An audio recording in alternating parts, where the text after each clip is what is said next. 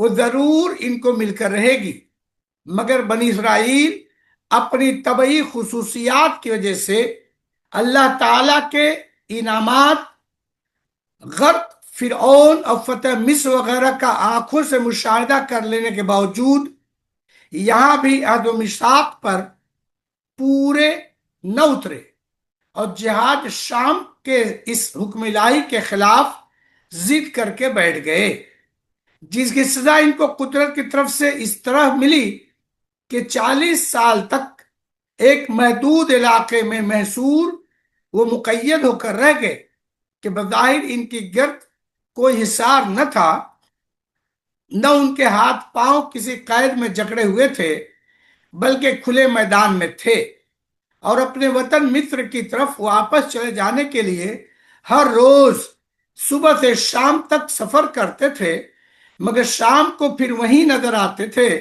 جہاں سے صبح چلے تھے۔ اسی دوران حضرت موسیٰ السلام اور حضرت ہارون علیہ السلام کی وفات ہو گئی، اور یہ لوگ اسی طرح وادی تیہ میں حیران و پریشان پھرتے رہے۔ ان کے بعد اللہ تبارک تعالیٰ نے دوسرے پیغمبر ان کی ہدایت کے لیے بھیجے۔ صحیح روایات کے مطابق اسی 40 سالہ دور میں اول حضرت ہارون علیہ السلام کی وفات ہو گئی، اور اس کے 1 سال یا 6 مہینے بعد حضرت موسیٰ علیہ السلام کی وفات ہو گئی۔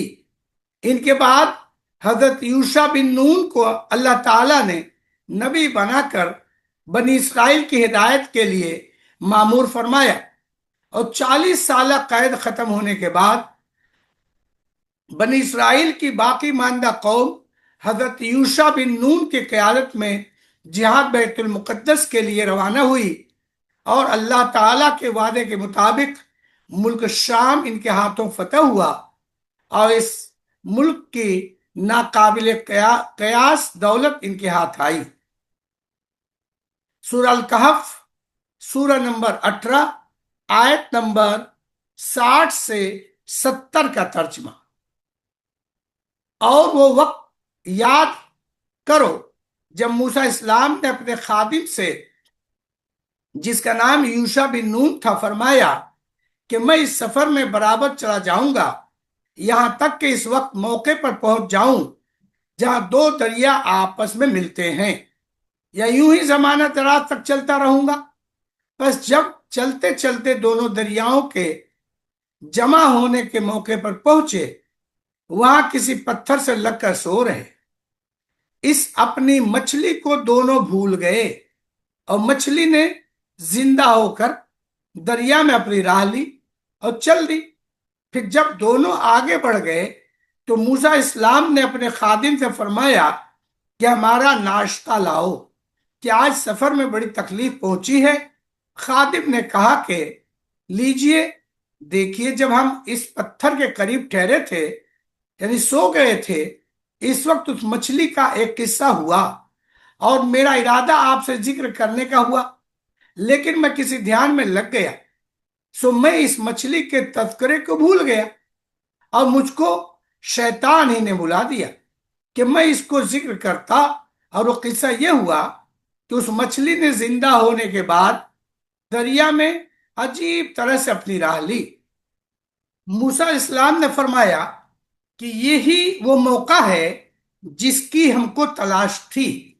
سو دونوں اپنے قدموں کے نشان دیکھتے ہوئے الٹے لوٹے۔ سو وہاں پہنچ کر انہوں نے ہمارے بندوں میں سے ایک بندے یعنی حضرت خضر علیہ السلام کو پایا، جن کو ہم نے اپنی خاص رحمت کی تھی، اور ہم نے ان کو اپنے پاس سے ایک خاص طور کا علم سکھلایا تھا۔ موسیٰ علیہ السلام نے فرمایا کہ میں آپ کے ساتھ رہ سکتا ہوں، اس شرط سے کہ جو علم مفید آپ کو من جانب اللہ سکھلایا گیا ہے، اس میں سے آپ مجھ کو بھی سکھلا دیں۔ ان بزرگ نے جواب دیا، آپ کو میرے ساتھ رہ کر میرے افعال پر صبر نہ ہو سکے گا، اور ایسے امور پر آپ کیسے صبر کریں گے جو آپ کے احاطے واقفیت سے باہر ہے۔ موسیٰ السلام نے فرمایا کہ انشاءاللہ آپ مجھ کو صابر پائیں گے، اور میں کسی بات میں آپ کے خلاف حکم نہ کروں گا۔ ان بزرگ نے فرمایا کہ تو اگر آپ میرے ساتھ رہنا چاہتے ہیں تو مجھ سے کسی بات کی نسبت کچھ پوچھنا نہیں، جب تک کہ اس کے متعلق میں خود ہی ابتداً ذکر نہ کر دوں۔ سورہ کہف 18، سورہ نمبر 18، آیت نمبر 71 سے 78 کا ترجمہ۔ پھر دونوں کسی طرف چلے، یہاں تک کہ چلتے چلتے کسی ایسے مقام پر پہنچے جہاں کشتی پر سوار ہونے کی ضرورت ہوئی۔ جب دونوں کشتی میں سوار ہوئے تو ان بزرگ نے اس کشتی میں چھید کر دیا۔ موسیٰ علیہ السلام نے فرمایا کہ آپ نے اس کشتی میں اس کے لیے چھید کیا ہے کہ اس میں بیٹھنے والوں کو غرق کر دیں؟ آپ نے بڑی بھاری خطرے کی بات کی۔ ان بزرگ نے کہا، کیا میں نے کہا نہیں تھا کہ آپ کو میرے ساتھ صبر نہ ہو سکے گا؟ موسیٰ علیہ السلام نے فرمایا کہ آپ میری بھول چوک پر گرفت نہ کیجیے اور میرے اس معاملے مجھ پر زیادہ تنگی نہ ڈالی۔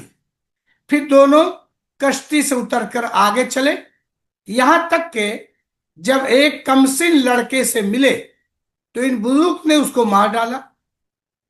موسیٰ علیہ السلام گھبرا کر کہنے لگے، آپ نے ایک بے گناہ جان کو ہلاک کر دیا، اور وہ بھی بغیر بدلے کسی جان کے۔ بے شک آپ نے بڑی بے جا حرکت کی۔ ان بزرگ نے فرمایا کہ کیا میں نے آپ سے نہیں کہا تھا کہ آپ کو میرے ساتھ صبر نہ ہو سکے گا؟ موسیٰ علیہ السلام نے فرمایا، اگر اس مرتبہ کے بعد میں آپ سے کسی امر کے متعلق پوچھوں تو آپ اپنے ساتھ نہ رکھیے، بے شک آپ میری طرف سے عذر کی انتہا کو پہنچ چکے ہیں۔ پھر دونوں آگے چلے، یہاں تک کہ جب ایک گاؤں والوں پر گزر ہوا تو گاؤں والوں سے کھانے کو مانگا کہ ہم مہمان ہیں۔ انہوں نے ان کی مہمانی کرنے سے انکار کر دیا۔ اتنے میں ان کو وہاں ایک دیوار ملی جو گرا ہی چاہتی تھی، تو ان بزرگ نے اس کو سیدھا کر دیا۔ موسیٰ علیہ السلام نے فرمایا کہ اگر آپ چاہتے تو اس کام پر اجرت ہی لے لیتے۔ ان بزرگ نے کہا، یہ وقت ہماری اور آپ کی علیحدگی کا ہے۔ آپ میں ان چیزوں کی حقیقت بتلا دیتا ہوں جن پر آپ کو صبر نہ ہو سکا۔ سورہ الکہف، سورہ نمبر 18، آیت نمبر 79 سے 82 کا ترجمہ۔ اور وہ کشتی چند غریب آدمیوں کی تھی جو دریا میں محنت مزدوری کرتے تھے، سو میں نے چاہا کہ اس میں عیب ڈال دوں، اور وجہ اس کی یہ تھی کہ ان لوگوں سے آگے کی طرف ایک ظالم بادشاہ تھا جو ہر اچھی کشتی کو زبردستی چھین لیتا تھا، اور وہاں لڑکا سو اس کے ماں باپ ایماندار تھے، سو ہم کو اندیشہ ہوا کہ یہ ان دونوں پر سرکشی اور کفر کا اثر نہ ڈال دے، بس ہم کو یہ منظور ہوا کہ اس کا قصہ تمام کر دیا جائے، پھر اس کے بدلے ان پر پروردگار ان کو ایسی اولاد دے گا جو کہ پاکیزگی یعنی دین میں اس سے بہتر ہو اور ماں باپ کے ساتھ محبت کرنے میں اس سے بڑھ کر۔ اور رہی دیوار، سو وہ دو یتیم لڑکوں کی تھی جو اس شہر میں رہتے تھے، اور اس دیوار کے نیچے ان کا کچھ مال مدفون تھا، اور ان کا باپ ایک نیک آدمی تھا، اس لیے آپ کے رب نے اپنی مہربانی سے چاہا کہ وہ دونوں اپنی جوانی کو پہنچ جائیں اور اپنا دفینہ نکال لیں، اور کوئی کام میں نے اپنی رائے سے نہیں کیا۔ یہ ہے حقیقت ان باتوں کی جن پر آپ سے صبر نہ ہو سکا۔ قصہ حضرت موسیٰ اور حضرت خضر علیہ السلام کا صحیح بخاری و مسلم میں بروایت حضرت ابی بن کعب رضی اللہ عنہ اس طرح آئی ہے کہ رسول اللہ صلی اللہ علیہ وسلم نے فرمایا کہ ایک مرتبہ حضرت موسیٰ علیہ السلام اپنی قوم بنی اسرائیل میں خطبہ دینے کے لیے کھڑے ہوئے، تو لوگوں نے آپ سے یہ سوال کیا کہ تمام انسانوں میں سب سے زیادہ علم والا کون ہے؟ حضرت موسیٰ السلام کے علم میں اپنے سے زیادہ علم والا کوئی نہیں تھا، اس لیے فرمایا کہ میں سب سے زیادہ علم والا ہوں۔ حضرت موسیٰ السلام کے اس جواب پر اللہ تعالیٰ کا عتاب ہوا۔ حضرت موسیٰ السلام پر وحی آئی کہ ہمارا ایک بندہ مجمل بحرین پر ہے، وہ آپ سے زیادہ عالم ہے۔ حضرت موسیٰ السلام کو جب یہ معلوم ہوا تو اللہ تعالیٰ سے درخواست کی کہ جب وہ مجھ سے زیادہ عالم ہے تو مجھے ان سے استفادہ کے لیے سفر کرنا چاہیے۔ اس لیے عرض کیا، یا اللہ مجھے ان کا پتہ نشان بتلا دیا جائے۔ اللہ تعالیٰ نے فرمایا کہ ایک مچھلی اپنے زنبیل میں رکھ لو اور مجمل بحرین کی طرف سفر کرو۔ آثار و قرائن کے اعتبار سے مفسرین کے اقوال مجمل بحرین کے بارے مختلف ہیں۔ حضرت قتادہ رحمۃ اللہ نے فرمایا کہ بحر فارس و روم کے ملنے کی جگہ مراد ہے۔ ابن عتبہ رحمۃ اللہ علیہ نے آذربائیجان کے قریب ایک جگہ کو کہا ہے۔ بعض مفسرین نے بحر اردن اور بحر قلزم کے ملنے کی جگہ بتلائی ہے۔ بعد نے کہا یہ مقام طنجہ کے واقع ہے۔ ابھی بن کعب رضی اللہ عنہ سے منقول ہے کہ یہ افریقہ میں ہے۔ سدی نے آرمینیا میں بتلایا ہے، بعد نے بحر اندلس جہاں بحر محیط سے ملتا ہے وہ موقع بتلایا ہے۔ واللہ عالم۔ جس جگہ پہنچ کر یہ مچھلی گم ہو جائے بس وہی جگہ ہمارے اس بندے کے ملنے کی ہے۔ حضرت موسیٰ السلام نے حکم دیا، حکم کے مطابق ایک مچھلی زنبیل میں رکھ لی اور چل دیے۔ ان کے ساتھ ان کے خادم یوشع بن نون بھی تھے۔ دوران سفر ایک پتھر کے پاس پہنچ کر اس پر سر رکھ کر لیٹ گئے۔ یہاں اچانک کی مچھلی حرکت میں آ گئی اور زنبیل سے نکل کر دریا میں چلی گئی۔ اور دوسرا معجزہ یہ ہوا کہ جس راستے سے مچھلی دریا میں گئی اللہ تعالیٰ نے وہاں پانی کا جریان روک دیا اور اس جگہ پانی کے اندر ایک سرنگ جیسی ہو گئی۔ یوشع بن نون اس عجیب واقعے کو دیکھ رہے تھے۔ حضرت موسیٰ السلام سو گئے تھے۔ جب بیدار ہوئے تو یوشع بن نون مچھلی کے یہ عجیب معاملہ حضرت موسیٰ السلام سے بتلانا بھول گئے اور اس جگہ سے پھر روانہ ہو گئے۔ پورے ایک دن اور ایک رات کا سفر مزید کیا۔ جب دوسرے روز کی صبح ہو گئی تو حضرت موسیٰ السلام نے اپنے رفیق سے کہا کہ ہمارا ناشتہ لاؤ، کیونکہ اس سفر سے کافی تکان ہو چکا ہے۔ حضرت صلی اللہ علیہ وسلم نے فرمایا کہ بقضائے الہی حضرت موسیٰ السلام کو اس سے پہلے تکان بھی محسوس نہ ہوئی، یہاں تک کہ اس جگہ پہنچنا تھا۔ اس سے آگے نکل آئے۔ جب حضرت موسیٰ السلام نے ناشتہ طلب کیا تو یوشع بن نون کو مچھلی کا واقعہ یاد آیا اور اپنے بھول جانے کا عذر کیا کہ شیطان نے مجھے بھلا دیا تھا۔ اس وقت آپ کو اس واقعے کی اطلاع نہ کی اور پھر بتلایا کہ وہ مردہ مچھلی تو زندہ ہو کر دریا میں ایک عجیب طریقے سے چلی گئی۔ اس پر حضرت موسیٰ السلام نے فرمایا کہ وہی تو ہمارا مقصد تھا، یعنی ہماری منزل مقصود وہی تھی جہاں مچھلی زندہ ہو کر گم ہو جائے۔ چنانچہ اسی وقت واپس روانہ ہو گئے اور ٹھیک اسی راستے سے لوٹے جس پر پہلے چلے تھے تاکہ وہ جگہ مل جائے۔ اب جو یہاں اس پتھر کے پاس پہنچے تو دیکھا کہ اس پتھر کے پاس ایک شخص سر سے پاؤں تک چادر تانے ہوئے لیٹا ہے۔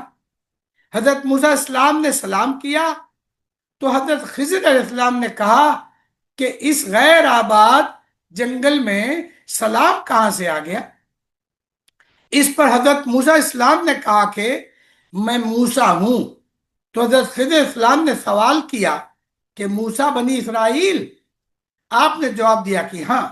میں موسیٰ بنی اسرائیل ہوں، اس لیے آیا ہوں کہ آپ مجھے خاص علم سکھلا دیں جو اللہ نے آپ کو دیا ہے۔